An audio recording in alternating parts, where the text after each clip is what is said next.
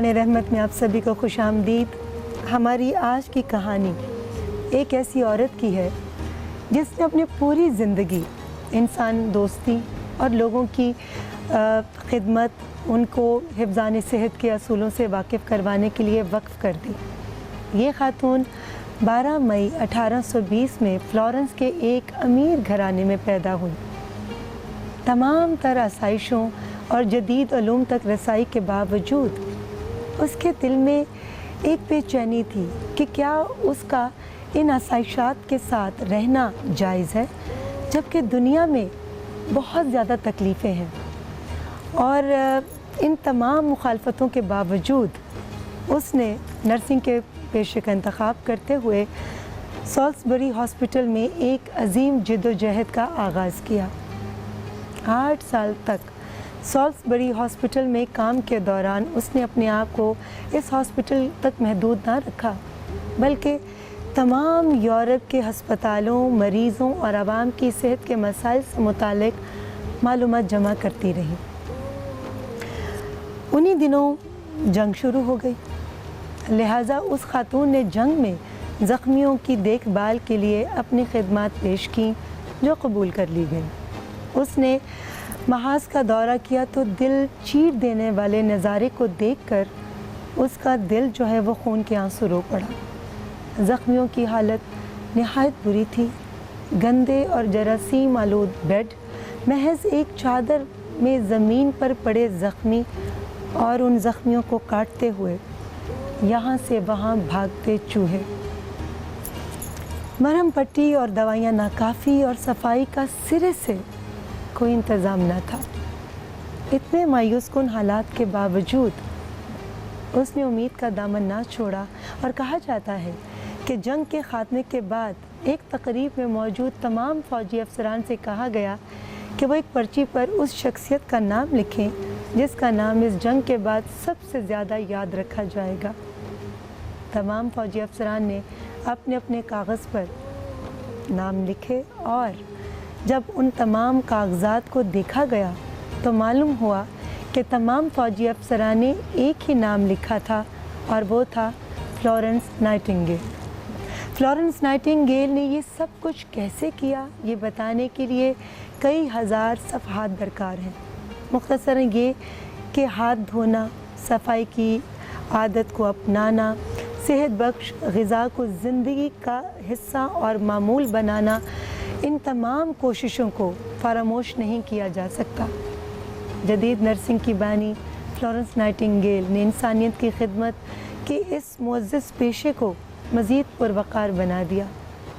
12 مئی یعنی آج کے دن ان کی پیدائش پر دنیا بھر میں نرسنگ ڈے منایا جاتا ہے۔ اسلامی جنگوں میں بھی خواتین نے اس طرح زخمیوں کی بہت دیکھ بھال کی، اور ہر مشکل وقت میں وہ وہاں پر موجود رہیں۔ صرف یہی نہیں بلکہ شعبہ زندگی کے تمام تر معاملات میں خواتین کے کردار کو فراموش نہیں کیا جا سکتا۔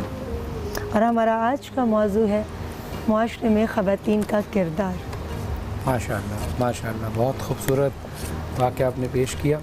اور ناظرین، آج کا موضوع جیسے کہ ریما صاحبہ نے بتایا کہ معاشرے میں عورت کا کیا کردار ہے، تو ہماری رہنمائی کے لیے ہمارے ساتھ موجود ہیں مولانا سید محمد عون نقوی صاحب اور مفتی اقبال نقشبندی صاحب۔ السلام علیکم۔ وعلیکم السلام ورحمۃ اللہ۔ سب سے پہلے تو آپ کا شکریہ کہ آپ ٹرانسمیشن میں تشریف۔ آج ایک بہت اہم موضوع ہے، اور میں چاہوں گا کہ ریما صاحبہ آج، کیونکہ سوال بھی عورتوں کے معاشرے میں کردار کے حوالے سے، تو پہلا سوال بھی آپ ہی کریں۔ بہت بہت شکریہ فرحان۔ جیسے کہ ہم سب لوگوں کو معلوم ہے کہ اسلام ایک مکمل ضابطہ حیات ہے، تو اس کی روشنی میں آپ مجھے بتائیے گا کہ ہمارے دین میں عورتوں کے ساتھ کس قسم کا رویہ اختیار کرنے کا حکم دیا گیا ہے۔ علامہ صاحب، پہلا سوال میں آپ سے پوچھوں۔ اعوذ باللہ من الشیطان اللعین الرجیم، بسم اللہ الرحمن الرحیم، الحمدللہ رب العالمین، الصلاۃ والسلام علی محمد وآلہ الطیبین الطاہرین المعصومین، اما بعد۔ سورہ لقمان میں رب الارباب نے متعدد مقامات پر ارشاد فرمایا۔ اس کے علاوہ قرآن مجید میں بہت ساری آیات ہیں کہ جو عورت کے حوالے سے اور خاص طور پر ماں کے حوالے سے بیان فرمائی ہیں اللہ تعالیٰ نے، اور جیسا کہ آپ نے موضوع رکھا، یہ ایک انتہائی اہم موضوع ہے۔ عورت اگر سنورے تو وہ زمزم پیدا کرا دیتی ہے اور بگڑے تو عذاب نازل کرا دیتی ہے۔ آپ دیکھیے حضرت لوط اور حضرت ہود کی ازواج کی وجہ سے آسمان سے عذاب آیا، اور حضرت بی بی ہاجرہ کی وجہ سے کہ جب انہوں نے اپنے شوہر جناب ابراہیم علیہ السلام سے پوچھا کہ آپ اس بیاباں میں، اس بے زرخیز زمین میں، پہاڑوں میں مجھے اور میرے بیٹے کو چھوڑ کے جا رہے ہیں، تو یہ آپ اپنی مرضی سے چھوڑ رہے ہیں یا اللہ کی مرضی سے؟ تو حضرت ابراہیم علیہ السلام فرماتے ہیں کہ میں اللہ کی مرضی سے چھوڑ رہا ہوں۔ اس وقت بی بی نے فرمایا تھا کہ اگر اللہ کی اس میں رضا ہے کہ ہم دونوں کو ایک ایسی جگہ آپ چھوڑ جائیں تو پھر وہی میرے لیے کافی ہے اور وہی میری مدد کرے گا۔ یقیناً عورت کا ایک معاشرے میں، اور جیسے کہ آپ نے انٹرو میں فرمایا کہ اسلام تو خاص طور پر بنیادی طور پر عورت کو وہ حق دیتا ہے کہ جو کسی اور معاشرے میں نہیں دیا گیا۔ کسی اور ویسٹرن معاشرے میں عورت کو ظاہراً وہ کہتے ہیں کہ عورت کو ہم آزادی دے رہے ہیں، عورت کو ہم جو ہے وہ ہر شعبے میں لا رہے ہیں، لیکن حقیقتاً اسلام جو آزادی اور اسلام جو عورت کے حقوق کا لحاظ اور خیال رکھتا ہے، یہ کوئی اور معاشرہ نہیں رکھتا۔ آپ نے بڑا اچھا انٹرو میں واقعہ اس خاتون کا کہ جنہوں نے اپنی زندگی صرف کر دی، اور اپنی زندگی آپ دیکھیے ایک عورت جب ماں بنتی ہے تو آپ دیکھیے کہ اللہ نے ذکر تو کیا ہے کہ بچے کے لیے کہ والدین کا احترام کرو، والدین کا خیال کرو، والدین کی عزت کرو، لیکن اس میں بھی ماں کا تذکرہ زیادہ ہے، اس لیے کہ ماں کو اللہ نے ایک ایسا ذریعہ بنایا ہے کہ وہ 9 مہینے 10 دن ایک بچے کو اپنے جسم میں رکھتی ہے اور پھر سارے کام بھی کرتی ہے اور سارے اپنا خون جگر پلاتی ہے۔ اور اس کے بعد بہت اہم بات عرض کر رہا ہوں کہ ماں کی وجہ سے بچے کے عادات اور اطوار پر اثر پڑتا ہے۔ اگر ماں شریف النفس ہے، ماں اگر باادب ہے، ماں اگر با اخلاق ہے، ماں اگر عادات و اطوار میں اچھی ہے، تو اس بچے پر جو اس کے ذریعے سے آ رہا ہے اس کے وہ تمام اثرات پڑتے ہیں۔ اور اگر خدا نخواستہ ماں بد اخلاق ہے، بد خلق ہے، شوہر سے مثال کے طور پہ جھگڑا کرتی ہے، یا معاشرے میں اس کا جو اعزا اقربا میں کردار ہے وہ اچھا نہیں ہے، تو جو بچہ دنیا میں آئے گا وہ بچے پہ وہ اثرات موجود ہوں گے۔ اس لیے کہا جاتا ہے کہ جب کوئی بچہ کسی ماں کے جسم میں ہو تو اس کی ماں کو غذا بھی روحانی فراہم کی جائے اور اس کو ماحول بھی روحانی فراہم کیا جائے۔ اسی لیے کہتے ہیں کہ معرفت خدا اور معرفت نبی اور آل نبی علیہ السلام تبھی پیدا ہوتا ہے کہ غذا بھی بچے کی پاکیزہ ہو جو اس کی ماں کو دی جا رہی ہے، ماحول بھی پاکیزہ ہو، اور جب وہ دنیا میں آئے گا تو پھر وہ صاحب معرفت اور اللہ کی عبادت کرنے والا پیدا ہوگا۔ اس لیے ماں کا ایک بنیادی کردار ہے معاشرے میں۔ اسی کے ساتھ ساتھ وہی عورت ماں کے بعد جب اس سے پہلے کی منزل میں ہوتی ہے تو کسی کی بیٹی ہوتی ہے، اس سے پہلے کی منزل میں ہوتی ہے تو کسی کی زوجہ ہوتی ہے۔ اس لیے ماں کی حیثیت سے، بیٹی کی حیثیت سے، زوجہ کی حیثیت سے، تینوں شعبوں میں، تینوں ادوار میں ان کی زندگی اور اس کا کردار مختلف ہے۔ ماں ہے تو اب وہ امت کی امین ہے، جب وہ بیٹی ہے تو اس کا مطلب ہے وہ اپنی عصمت کی امین ہے، اور جب وہ کسی کی زوجہ بن رہی ہے تو وہ شوہر کی امین ہے، تبھی وہ ایک اچھا معاشرہ فراہم کر سکتی ہے۔ تو ہم اس پروگرام کے ذریعے سے تمام سننے والی خواتین کی خدمت میں عرض کریں گے کہ اگر آپ ماں ہیں تو اپنے بچوں کی ایسی تربیت کریں کہ آپ کو نظر آئے کہ ان میں کردار حسنین علیہ السلام موجود ہے۔ اگر آپ بیٹی ہیں تو آپ میں کردار جناب زینب عالیہ نظر آنا چاہیے۔ اگر آپ زوجہ ہیں تو آپ کے اندر کردار جناب خدیجہ الکبریٰ سلام اللہ علیہ نظر آنا چاہیے، تب آپ ایک معاشرے کو اچھا معاشرہ بنا سکتے ہیں۔ جزاک اللہ، ماشاء اللہ۔ میں مفتی صاحب سے سوال کروں یا آپ پوچھیں گے؟ جیسے آپ آج آپ کا ٹاپک ہے تو میں سمجھتا ہوں کہ آپ زیادہ سوال کریں۔ بہت شکریہ فرحان۔ مفتی صاحب میں آپ سے پوچھنا چاہوں گی کہ اسلام کے روح سے دین کے معاملے میں عورت اور مرد جو ہے وہ برابر ہیں، لیکن ہمارے معاشرے میں ہمارے مرد جو ہیں وہ عورتوں کو وہ حقوق فراہم نہیں کرتے، وہ عزت نہیں دیتے، اس کی کیا وجہ ہے؟ نحمدہ ونصلی علی رسولہ الکریم، اما بعد، فاعوذ باللہ السمیع العلیم من الشیطان الرجیم، بسم اللہ الرحمن الرحیم، الصلاۃ والسلام علیک یا سیدی یا رسول اللہ وعلی آلک و اصحابک یا نبی اللہ۔ آج کا آپ کا ٹاپک بڑا اہم ہے اور سوال بھی بڑا اہم ہے، تو میری توجہ علامہ عون نقوی صاحب نے مبذول کرائی اس طرف، عورت کے کردار پہ، اور پھر اہل بیت اطہار کا ذکر فرمایا۔ اللہ تعالیٰ نے عورت کو ذی روح اور ذی شعور پیدا فرمایا ہے۔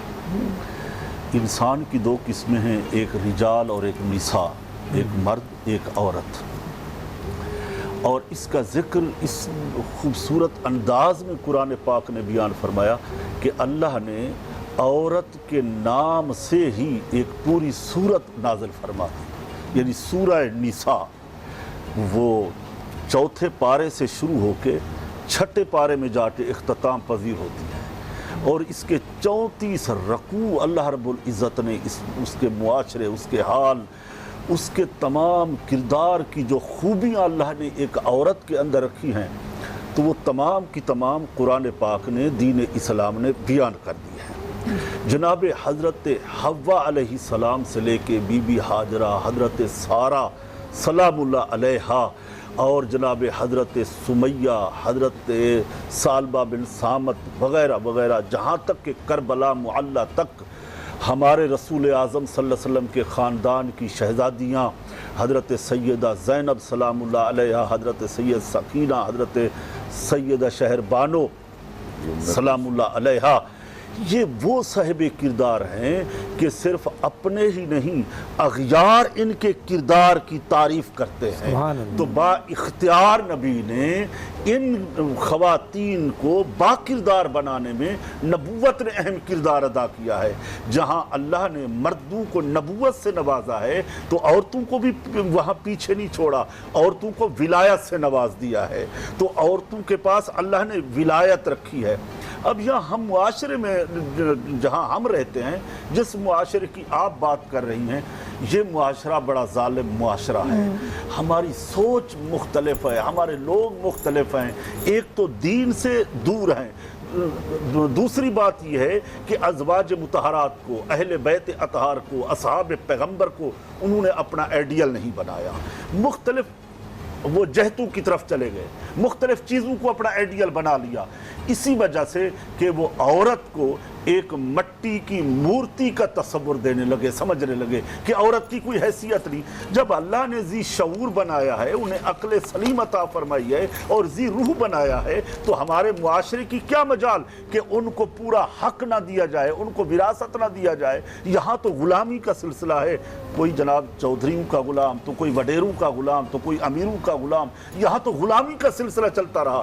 کاش کہ اگر ہم غلامی رسول صلی اللہ تعالیٰ علیہ وسلم سے سرشار ہوتے تو آج ہماری جو مسلم خواتین کا کردار ہے وہ روز روشن کی طرح عیاں ہے۔ مجھے آپ اجازت دیں تو میں آخری بات کروں۔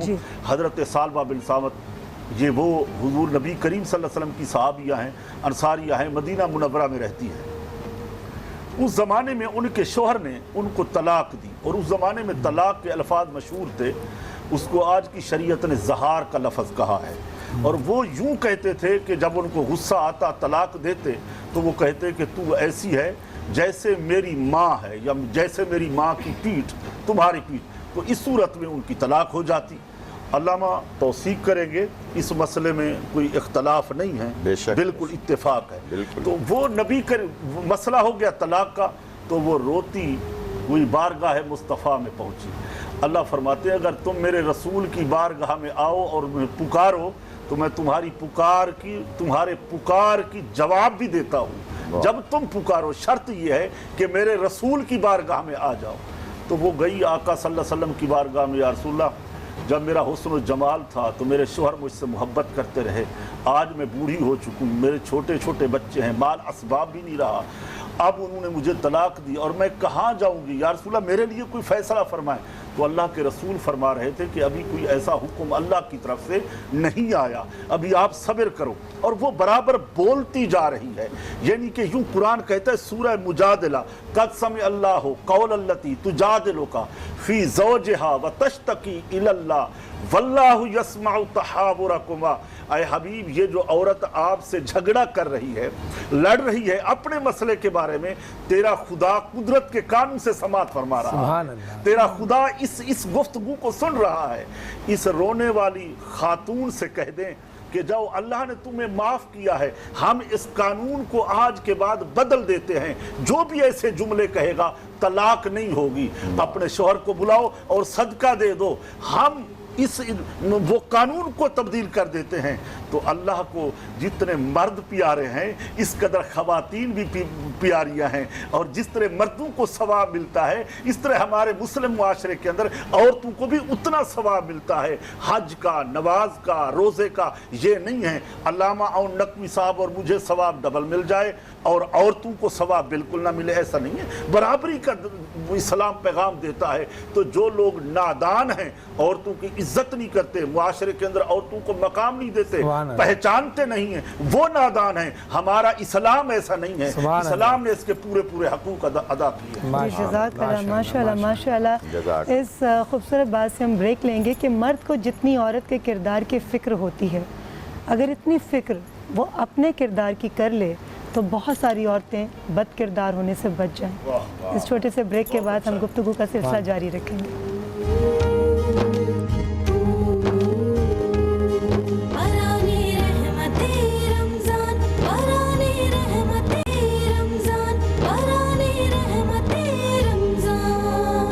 خوش آمدید ناظرین، آپ دیکھ رہے ہیں باران رحمت، آج انٹرٹینمنٹ اور آج نیوز کی افطاری نشریات۔ آج کا موضوع، جن لوگوں نے ہمیں جوائن کیا ہے بتائیں کہ آج کا موضوع ہے عورت کا معاشرے میں کیا کردار ہے۔ علماء کرام موجود ہیں، اور نقوی صاحب بھی اور مفتی اقبال نقشبندی صاحب بھی، لیکن سوالات تو میرے پاس بہت لکھے ہیں، لیکن آج کیونکہ کردار معاشرے میں عورت کا کیا کردار ہے، جو سوالات ریما صاحبہ کر سکتی ہیں کیونکہ یہ ایک عورت ہے، تو میں چاہوں گا کہ آج زیادہ تر سوال، کیونکہ اچھا لگ رہا ہے آپ ایک نیچرل سوال کر رہی ہیں، معاشرے میں جو پرابلمز ہیں وہ آپ جو سمجھتی ہیں اور ایز اے عورت وہ آپ سوال کریں گی، تو ظاہر ہے میں سمجھتا ہوں کہ مجھ سے بہتر آپ کریں گے اور اس کی رہنمائی آپ مجھ سے بہت بہتر بولتے ہیں، بہت اچھا ماشاءاللہ آپ کا نالج ہے مجھ سے بہت بڑھ کر، مگر آپ کی یہ کشادہ دلی ہے کہ آپ مجھے موقع دے رہے ہیں۔ علامہ صاحب، میں آپ سے پوچھنا چاہوں گی کہ ہمارے معاشرے میں مرد حضرات اپنی خواتین کو منع کرتے ہیں کہ گھر سے باہر مت جاؤ، تمہارے لیے صحیح نہیں، مگر یہ نہیں بتاتے کہ کیوں باہر نہ جاؤ اور کیا چیز ان کے لیے صحیح نہیں۔ ماشاءاللہ بہت اچھا سوال ہے، اور ہمارے معاشرے میں زیادہ تر فساد اور طلاقوں کی وجہ یہ مسئلہ بھی ہے۔ وہ مسئلہ یہ ہے کہ شوہر جب اپنی زوجہ کے ساتھ بھی اپنی گاڑی میں، اپنی اسکوٹر پہ، کیونکہ ہمارے معاشرے میں جو ہے وہ آپ جانتے ہیں کہ ایک بہت بڑا طبقہ ہے جو اسکوٹروں پہ چلتا ہے، اور وہ پیچھے اپنی زوجہ کو بٹھا کے چل رہا ہوتا ہے، اور کہیں بھی جا رہا ہوتا ہے تو وہ بار بار اپنی زوجہ کی طرف دیکھتا ہے کہ یہ کہاں دیکھ رہی ہے، اس کا کس طرف اس کی نگاہ ہے۔ کار میں بیٹھا ہے تو بار بار دیکھ رہا ہے کہ یہ کہاں دیکھ رہی ہے، چاہے وہ اللہ کی کسی نعمت کو، اللہ کی کسی گویا خوبصورت چیز کو، مخلوق کو دیکھ رہی ہے، لیکن اس کے دل میں یہ خیال آتا ہے کہ یہ کیوں ادھر دیکھ رہی ہے۔ چھوٹی چھوٹی باتیں ہیں ہمارے معاشرے میں جو فساد کا ذریعہ بنتی ہیں، اور گھر جا کے پھر جھگڑا کرتا ہے کہ تم فلاں کو کیوں گھور کے دیکھ رہی تھی۔ اس سے کوئی یہ پوچھے کہ جب تم اس کو گھر میں بند کر کے جاتے ہو اور پورا دن گھر سے باہر رہتے ہو اور تم کہاں کہاں کیا کیا دیکھتے ہو، تمہیں بھی کوئی پوچھنے والا ہے؟ بس صرف وہ بندہ خوف خدا کر سکتا ہے جس کے دل میں اللہ کا خوف ہو۔ اور نیچرلی قدر کرنے والا کبھی کبھی ایسا ہوتا ہے کہ یہ گلدان رکھا ہے، بیسکلی میں نگاہ میری گلدان کی طرف ہے، لیکن میں کچھ سوچ رہا ہوں، لوگوں کو لگ رہا ہے میں گلدان دیکھ رہا ہوں، جبکہ میں کچھ انسان کہیں بھی سوچتا ہے تو کہیں یہ بھی کبھی بالکل ایسے چھوٹی چھوٹی باتیں اتنی ہمارے معاشرے میں فساد اور جھگڑا اور طلاق کا ذریعہ بنتی ہیں کہ جس کی طرف ہم توجہ نہیں دیتے، ہم اس میں اسٹریم پر چلے جاتے ہیں۔ ہم اپنی زوجہ کو اس معاشرے میں جو ہمارا معاشرہ ہے اس میں ہم اس کو غلام بنا کے رکھتے ہیں، یہ نہیں دیکھتے کہ اس کے حقوق ہمارے اوپر کیا ہیں۔ میں نے شاید پہلے یا دوسرے پروگرام میں کسی موضوع میں عرض کیا تھا کہ بندہ حق لینا جانتا ہو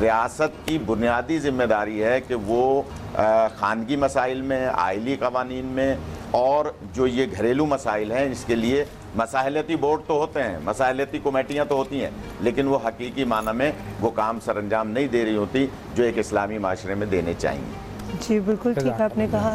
جی مفتی صاحب سے میں سوال کروں، مفتی صاحب میں آپ سے پوچھنا چاہوں گی کہ ہمارے معاشرے میں جو خواتین گھر سے باہر نکل کر کام کرتی ہیں اس کو بہت حد تک جو ہے وہ تسلیم آج بھی نہیں کیا جا رہا، کسی حد تک تو کر لیا ہے مگر مکمل طور پر اس کو تسلیم نہیں کیا جا رہا، جبکہ گھر سے باہر وہ نکلتی ہے تو گھر کی حالت کو دیکھ کر نکلتی ہے، ہیلپ کرنے کے لیے نکلتی ہے، پھر واپس آ کر اگر اس کو تانے ملے اور واپس آ کر بھی گھر کا کام بھی اسی سے کروایا جائے تو اس پر ذرا روشنی ڈالیے۔ بسم اللہ الرحمن الرحیم۔ علامہ صاحب نے بڑی خوبصورت بات کی ہے کہ مرد عورت برابر ہیں، تو میں سمجھتا ہوں کہ جہالت میں اور اس معاملات میں اب مرد حضرات پیچھے رہ گئے ہیں، بیویاں جو ہیں علم کے اندر، معاملات کے اندر، ہنر کے اندر، فن کے اندر عورتیں ہماری خواتین آگے نکل گئی ہیں ماشاءاللہ۔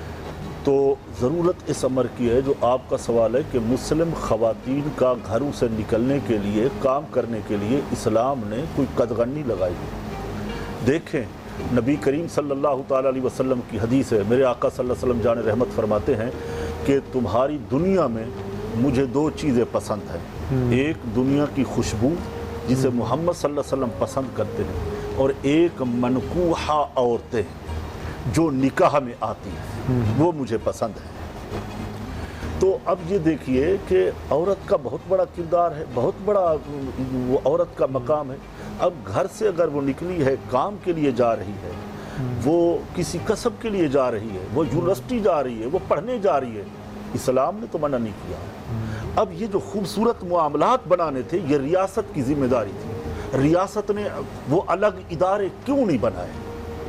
یہ ساری ذمہ داری ریاست کی۔ اسلام نے وہ تعلیم کا حکم دیا، جہاں مردوں کی تعلیم کا حکم ہے وہیں عورتوں کی تعلیم کا حکم ہے، جہاں مردوں کے لیے فن ہنر کے سیکھنے کا حکم ہے وہاں پہ عورتوں کے لیے بھی حکم ہے، مگر اس کے ایک لمٹ، ایک راستہ بتایا کہ اس طرف مرد حضرات ہوں، اس طرف خواتین ہوں۔ تو ہماری خواتین، خاص کر مسلم خواتین، میرے آقا صلی اللہ علیہ وسلم نے فرمایا، میں حدیث کوٹ کرتا ہوں، فرمایا اللہ نے نبوت کا دروازہ مجھ پر بند کر دیا ہے، اگر میرے بعد کوئی نبی ہوتا لو کان بعدی نبی لکان عمر ابن الخطاب، وہ خطاب کا بیٹا عمر ہوتا، مگر اللہ نے نبوت کو تمام کر دیا۔ تو اگر کوئی نبی عورتوں میں آتا تو حضور نے فرمایا وہ دنیا کی 3 خواتین ہیں، اللہ ان کو نبوت عطا فرماتا۔ تو صحابہ کرام نے عرض کیا فداک ابی و امی یا رسول اللہ، ہم سننا چاہتے ہیں وہ کون سی خواتین ہیں؟ فرمایا ایک تو حضرت بنی اسرائیل کی بیوی مریم علیہ السلام ہے، اگر اللہ نبوت کسی عورت کو دیتا تو وہ باب نبوت سے بیوی مریم کو گزارتا۔ یا رسول اللہ دوسری؟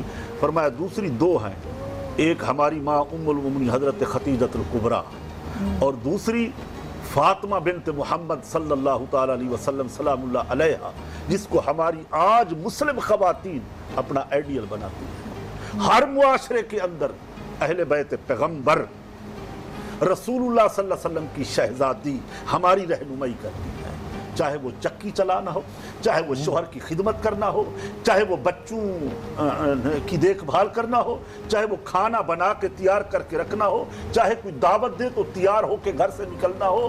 تو جب ہم دیکھتے ہیں یہ ساری نعمتیں اور خوبیاں حضرت فاطمہ الزہرا کے ارد گرد گھومتی ہیں، اسلام نے کوئی پابندی نہیں لگائی۔ میں نے پہلے عرض کیا ہے یہ جو ہماری سوچ ہے یہاں کی، جس معاشرے میں میں رہتا ہوں اس معاشرے نے قدغن لگائی ہے۔ اچھا آپ سمجھتے ہیں کہ یہ ایک طرف دین ہے ہمارا اور ایک طرف ہمارا معاشرہ ہے، ہم کبھی کبھی جہاں معاشرے کی بات آتی ہے وہاں ہم کہتے ہیں جناب دین میں یہ نہیں، اور جہاں دین اجازت دیتا ہے وہاں کہتے ہیں ہمارا معاشرہ اجازت نہیں دے رہا۔ تو ہمیں ماننی کس کی چاہیے؟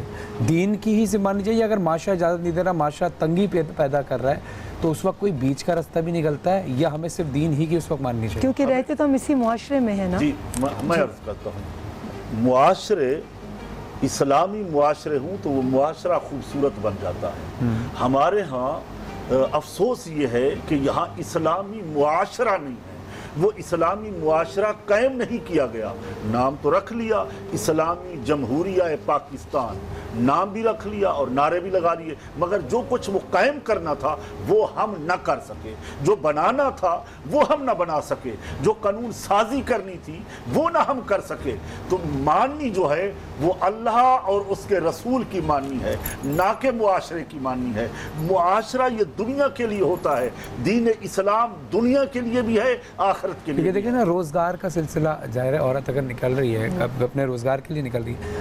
ہمارے پاس مثال ہے کتنا بڑا بزنس تھا جناب خدیجہ سلام اللہ علیہ کا، لیکن ان کی حدود بھی تھیں جس حدود میں رہ کر وہ کام کیا کرتی. ہمارے ہاں ابھی نارمل آپ دیکھیں کسی ایونٹ پہ، جیسے کوئی شادی کا ایونٹ ہوتا ہے اور اس کے انتظامات کی جو کمپنیز ہوتی ہیں، بہت سی شادیاں ہمارے ہاں آج بھی ایسی ہیں کہ جو پردے میں ہوتی ہیں، یعنی خواتین کا نظام بالکل الگ، مرد کا نظام. اس میں ویٹرز بھی عورتیں ہی آتی ہیں، وہ بھی باحجاب آتی ہیں. اس میں اگر ویڈیو بنانے کے لیے عورتیں آ رہی ہیں تو وہ بھی باحجاب آ رہی ہیں. تو عورتیں مردوں میں نہیں جا رہی، مرد عورتوں میں نہیں جا رہے. تو یہ بھی ایک طریقہ ہمارے جو ہے. میں عرض کرتا ہوں اسلام نے اس کی اجازت دی ہے کام کرنے کی گھر سے. میں عرض کرتا ہوں جیسے کوئی عورت بیوہ ہو جاتی ہے، اس کا شوہر فوت ہو جاتا ہے، تو ہمارے پاس یہ مسائل آتے ہیں. بتائیں کہ عورت عدت میں ہے، کوئی اس کو بازار سے سبزی لانے والا، دوائی لانے والا اس کا کوئی دوسرا ہے بھی نہیں، تو کیا کرے؟ تو ہم اس کی اجازت دیتے ہیں. وہ دن میں جائے اپنا کام کرے، اگر ڈیوٹی کرتی ہے ڈیوٹی کرے، اگر دن میں جائے وہ کوئی سامان لینا ہے وہ لے کے واپس آ جائے، اور رات اسی شوہر کے گھر میں گزارے.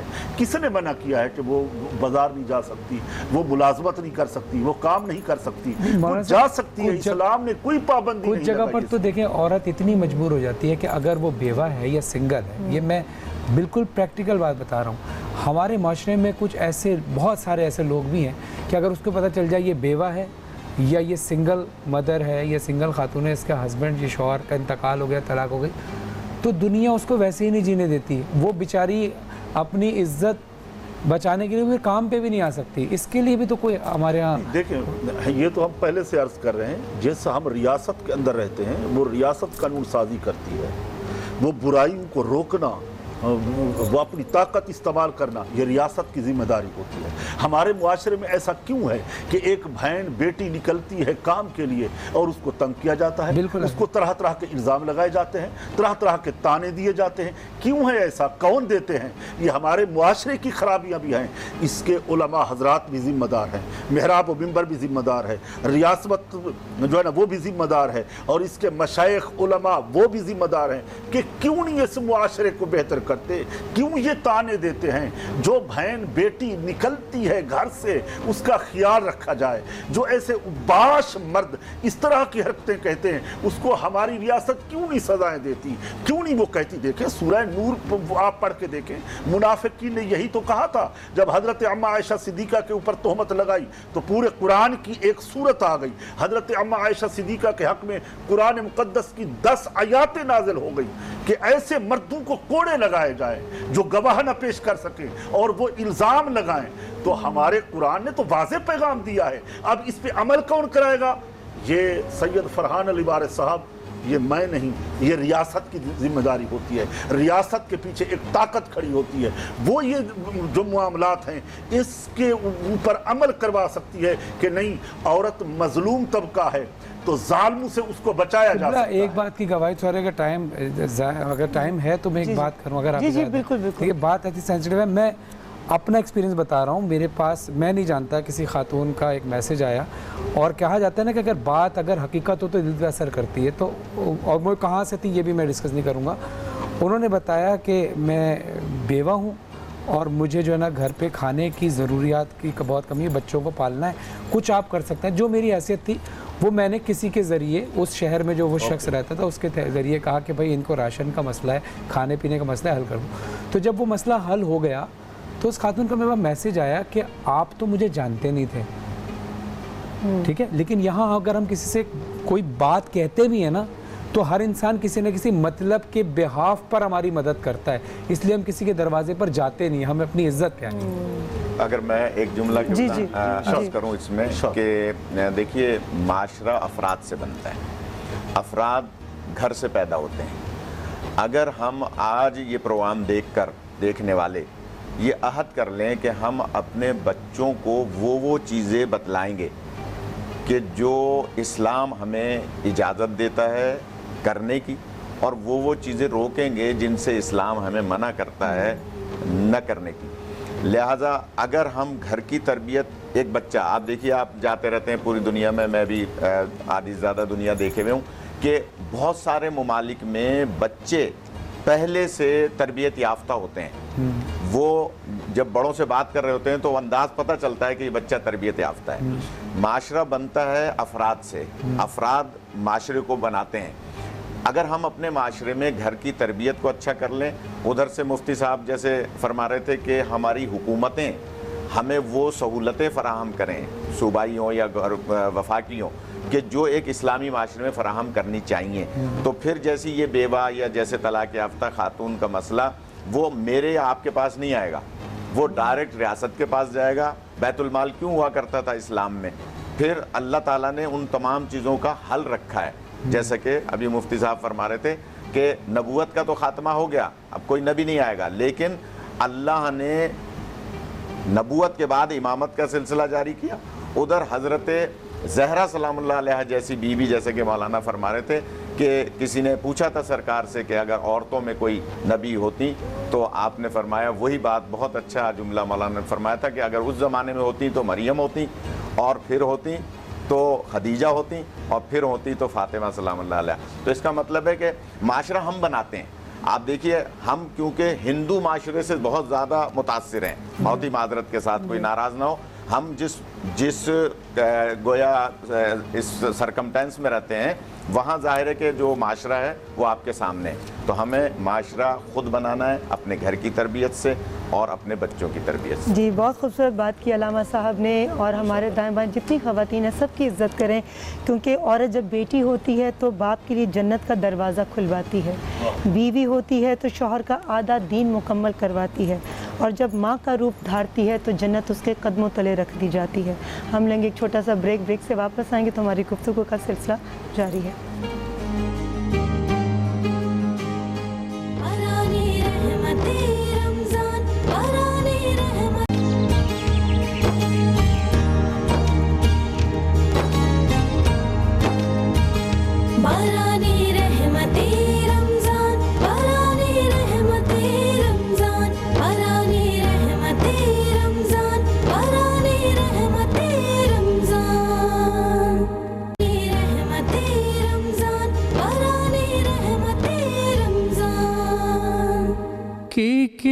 نہ کیتا یار نے ایک یار واسطے، کی نہ کیتا یار نے ایک یار واسطے، رب محفلاں سجائیاں نے سرکار واسطے، رب محفلاں سجائیاں نے سرکار واسطے، دل یاد لئی بنایا ہے تعریف لئی زبان، دل یاد لئی بنایا ہے تعریف لئی زبان، اکھیاں بنائیاں سونے دے دیدار واسطے، اکھیاں بنائیاں سونے دے دیدار واسطے، سد لے مدینے والے انہاں نوں ہن تے کول، سد لے مدینے والے انہاں نوں ہن تے کول، عرضاں جنہاں نے کیتیاں دربار واسطے، عرضاں جنہاں نے کیتیاں دربار واسطے، اور کئیاں نو روز ہوندے نے دیدار آپ دے کئیاں نو روز ہوندے نے دیدار آپ دے کئی تڑپ دے رہندے نے دیدار واسطے رب محفلاں سجائیاں نے سرکار واسطے۔ سبحان اللہ۔ ایک بار پھر شفیق بھائی آپ نے ایک بار پھر سوا باندھ دیا ماشاءاللہ، خدا آپ کی آواز میں اور تاثیر عطا کہ آپ کو خوش رکھے سب کو۔ شفیق بھائی آپ کی آواز اب کسی تعارف کی محتاج ہی نہیں رہ گئی، ویسے آپ کی دعائیں ہیں، ماشاءاللہ آپ سب کی ماشاءاللہ۔ دعائیں ہیں۔ جی جیسے کہ آپ سب لوگوں کو معلوم ہے کہ صفائی نصف ایمان ہے، اور جراثیم جو ہیں وہ ہماری روزمرہ کی سرفیسز پر کئی گھنٹوں تک رہ سکتے ہیں، تو ان سے بچاؤ کے لیے ہمیں ایک معیاری ڈس انفیکٹنٹ جیسے کہ ڈیٹول ہے اس کا استعمال اپنی زندگی کا معمول بنانا چاہیے، اور خاص طور پر ہاتھوں کی صفائی کا بہت خیال رکھنا چاہیے۔ 20 سے 30 سیکنڈ تک ہمیں اپنے ہاتھوں کو اچھی طرح سے، اپنی انگلیوں کو، اپنی تلیوں کو، ہاتھوں کو آگے سے پیچھے سے اچھی طرح سے دھونا چاہیے، اور ہاتھ دھوتے وقت پانی کو ضائع نہیں کرنا چاہیے، اس چیز کا بھی خاص خیال رکھنا چاہیے۔ تو ڈیٹول جو ہے اس کی بھی بہت امپورٹنس ہے جی ہماری زندگی میں۔ جی علامہ صاحب، مفتی صاحب، سوالات تو بہت زیادہ ہیں، مگر آخری کے 2-3 منٹ میں میں چاہوں گی ایک بہت امپورٹنٹ سوال ہے جو بہت سارے لوگوں نے پوچھا ہے۔ کچھ ایسی خواتین جو آدھے بازو پسند نہیں کرتی، لیکن ان کا شوہر ان سے کہتا ہے کہ وہ اتنے بازو کی قمیص پہنیں، یا ناخن لمبے رکھیں، یا لپسٹک برائٹ کلر کی لگائیں، جبکہ وہ دلی طور پہ خود پسند نہیں کرتی، تو ہمارے دین میں ایسی خواتین کے لیے کیا سزا اور جزا ہے، اور ایسے مردوں کے لیے کیا مقام؟ بسم اللہ الرحمن الرحیم۔ جی، ایسے مردوں کے لیے تو سزا ہے، ایسی بیویوں کے لیے جو وہ شریعت کی پابندی کرتی ہیں اور نفس کی خواہش کی پیروی نہیں کرتی، ایسے مرد حضرات جو نفس کی پیروی کرتے ہیں اور شریعت کو پامال کرتے ہیں، وہ مرد حضرات تو گنہگار ہیں، ایسی بیویاں گنہگار نہیں ہیں۔ اب اگر وہ مرد کہتے ہیں کہ اس طرح کا لباس پہنو، ایسے بن سور کے رہو، اگر وہ گھر میں اپنے شوہر کی خوشنودی کے لیے کرتی ہیں، اپنے روم میں، اپنی چار دیواری میں، پھر تو ان کے لیے جائز ہے، صرف اپنے شوہر کی خوشنودی کے لیے۔ جہاں تک ناخن بڑھانے کا حکم ہے، اس کو شریعت نے منع کیا ہے۔ ایسے مرد حضرات اجتناب کریں، بچیں، جس کو اللہ کے رسول نے روکا ہے وہاں سے وہ رک جائیں۔ میں صرف آخری حدیث بیان کر کے ختم کرتا ہوں۔ میرے آقا صلی اللہ علیہ وسلم نے فرمایا 3 چیزوں کے اوپر عورت سے نکاح کرو، اس کے حسن و جمال، اس کے مال و اسباب، اور اس کی اخلاقیات کے اوپر۔ فرمایا دونوں چیزیں ختم ہو جائیں گی، حسن و جمال بھی ایک دن جواب دے جاتا ہے، مال بھی ختم ہو جاتا ہے، مگر اس عورت کا کردار اور عورت کی اخلاقیات وہ ختم نہیں ہونے والی چیز، اس کو ملحوظ خاطر رکھو، سامنے رکھو۔ وہ ایسی بیویوں کو ڈھونڈو۔ مجھے آپ کی بات بڑی پسند آئی کہ ایسے والدین بیٹیوں کے ساتھ یہ سلوک کرتے ہیں، وہ والدین جن کو رب نے بیٹیاں دی ہیں، رحمت دی ہے، وہ خیال کریں، تصور کریں سبز گنبد خضرا کے بقیع کے اوپر جب حضور کی بیٹی آتی تو میرے آقا صلی اللہ علیہ وسلم کھڑے ہو جاتے۔ تو ہم اگر اسی سنت کو زندہ کر لیں تو آج بھی ہم اپنے راہ راست کو اپنا سکتے ہیں۔ جزاک اللہ، ماشاء اللہ۔ مفتی صاحب نے بہت اچھی بات کی۔ شریعت میں ایسے شوہروں کو بے غیرت کہا جاتا ہے، اور ایک لفظ ہے جو کہ بطور غلط استعمال ہوتا ہے، لیکن وہ شریعت میں ایسے شوہروں کو دیوس کہا جاتا ہے۔ شاباش، بہت اچھا ہے۔ اور دیوس کی جو ہے وہ سزا ہے باقاعدہ شریعت میں، جو اس قسم کا شوہر ہو جو اپنی بیوی کو اس طرح سے، جیسے کہ آخرت میں سزا ہے، آخرت میں سزا ہے ان چیزوں کی۔ اور میں آج اس پروگرام کے ذریعے سے ان ماؤں کو، ان بیٹیوں کو، ان بہوؤں کو، ان خواتین کو کی خدمت میں عرض کروں گا کہ آج جو یہ شب ہے، اس میں کیونکہ روایات یہ ہیں کہ 19، 21، 23، 27 یہ جو طاق راتیں ہیں ان شبوں کی، وہ شبہائے قدر کہلاتی ہیں۔ تو اگر آپ اپنے بچوں کی مائیں، بیٹیاں، بہنیں اپنے اپنے گرد و پیش کی تربیت کرنا چاہتی ہیں تو آج کی شب میں انہیں بتائیں کہ آج یہ شب کیا شب ہے۔ دوسری اس شب میں جو بہت اہم بات ہے وہ ہے ضربت حضرت امیر المومنین علی علیہ السلام کی شب، یعنی آج صبح، یعنی جو آنے والی صبح ہے، اس میں ابن ملجم نامی ظالم نے مولا کائنات امیر المومنین علی علیہ السلام کو مسجد کوفہ میں شہید کیا، یعنی ان پہ ضربت ماری، حملہ کیا، اور 3 دن کے بعد یعنی 21 کو مولا کی شہادت واقع ہوئی۔ تو اگر خواتین معاشرے کو اچھا بنانا چاہتی ہیں تو ان تواریخ کو یاد رکیں، ان دنوں کو یاد رکھیں، اور اپنے بچوں اور اپنے گرد و پیش پر اسے ہمارے جو عمل اسلامی کریں۔ ایام ہیں جی ان کو بہت یاد بہت شکریہ، بہت بہت شکریہ۔ آج کا ہمارا ٹاپک تھا عورت کا معاشرے میں کردار۔ اس حوالے سے آپ تمام خواتین کی عزت کیجیے، خاص طور پر اپنی ماں کی بہت عزت کیجیے اور اپنی بیگم کی، کیونکہ ماں آپ کو اس دنیا میں لانے کا باعث بنتی ہے، اور آپ کی بیوی اپنی دنیا چھوڑ کر آپ کی دنیا میں آتی ہے۔ تو ہر طرح سے خواتین کا احترام کیجیے۔ آپ سے اجازت چاہیں گے فرحان علی وارث کے اس کلام سے، اور فرحان سے آپ کی ملاقات ہوگی سحری کے وقت، اور بشرط زندگی میری آپ سے دوبارہ ملاقات ہوگی فرحان صاحب کے ساتھ دوپہر 3 بجے کل انشاءاللہ۔ جی اجازت مولانا صاحب۔